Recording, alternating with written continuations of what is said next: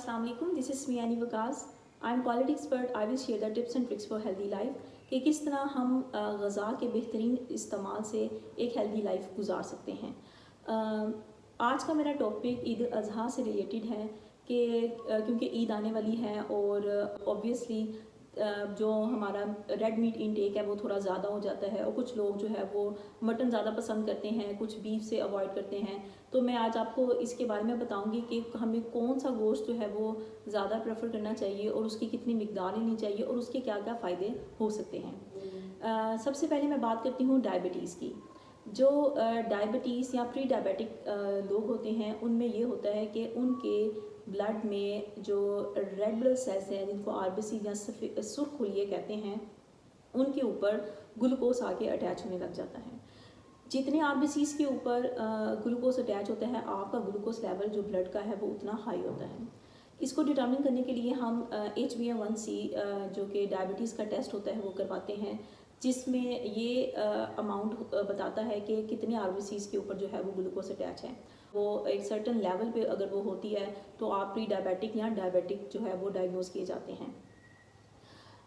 दूसरी बात ये है कि मैं बीफ का कैसे इसका एक रिलेशन बताऊंगी डायबिटीज़ के साथ। हम बीफ के बेहतरीन इस्तेमाल से डायबिटीज़ को रोक सकते हैं, हम अपने आप को डायबिटीज़ से बचा सकते हैं। अब वो कैसे बचा सकते हैं, होता क्या है इसकी केमिस्ट्री, वो ये है कि जब हम बीफ इंटेक करते हैं तो बीफ के अंदर कुदरत ने ये ब्लेसिंग रखी है कि जब हम बीफ खाते हैं तो बीफ हमारे आरबीसीज़ के ऊपर ग्लूकोज को अटैच होने से रोकता है। क्योंकि ये उसको रोकता है ग्लूकोज को आपके सुर्ख खुलिये पर अटैच होने से, तो आपका ग्लूकोज लेवल जो है वो शूट नहीं करता। आपका ग्लूकोज लेवल जो है वो नॉर्मल रहता है, आप जो है वो शुगर नहीं होती है।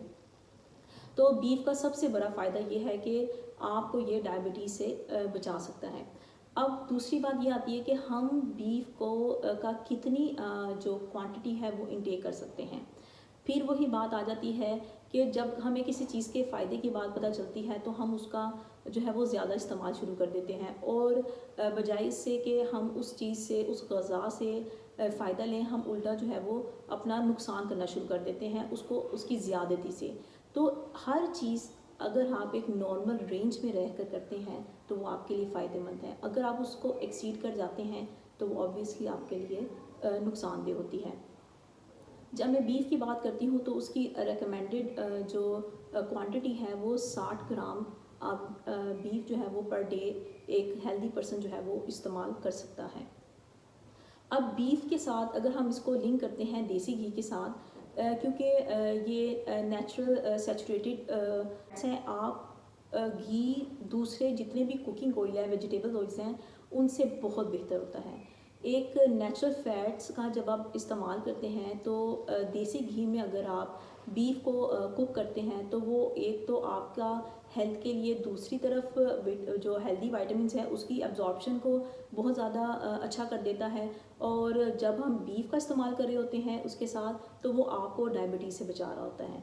तो ये एक बड़ा अच्छा पैकेज बन जाता है आपके लिए, एक हेल्दी पैकेज, एक हेल्दी मील बन जाता है जो आपको बहुत से तरफ से जो है वो फ़ायदा दे रहा होता है। लेकिन फिर वही बात आ जाती है, हम देसी घी का भी इस्तेमाल अगर ज़्यादा कर देते हैं तो वो और दूसरी बहुत सी जो मसाइल हैं उससे आपको गुजरना पड़ता है। मैं जो रिकमेंड करती हूँ देसी घी, आप 3 से 4 चम्मच देसी घी पर डे जो है वो इस्तेमाल कर सकते हैं।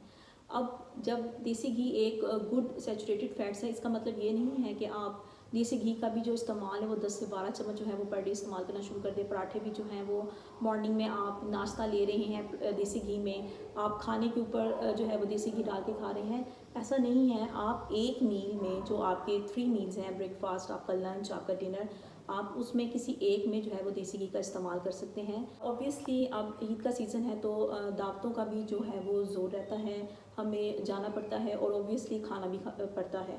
तो आप इसको कंट्रोल कैसे कर सकते हैं, आप अपना सैलेड का पोर्शन अपनी प्लेट में उस रेड मीट के पोर्शन से जो है वो 3 गुना ज़्यादा रखें, ताकि आपका जो गट का सिस्टम है वो भी स्मूथ रहे, आपकी हेल्थ भी जो है वो सही रहे, और जो है वो आप एक हेल्दी लाइफ गुजार सकें, आपको मसले ना हो, आपको एसिडिटी का मसला ना हो, आपको डाइजेशन का मसला ना हो और दूसरे बहुत से जो मसाइल होते हैं।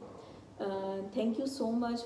और नेक्स्ट जो वीडियोस हैं वो इंशाल्लाह आपके लिए बहुत ज़्यादा फ़ायदेमंद होती रहेंगी। और मेरी वीडियोस को लाइक करें, इसको आप जो भी क्वेरीज हों आप कमेंट कर सकते हैं, आप वीडियोस को शेयर करें। Thank you so much. अल्लाह हाफिज़।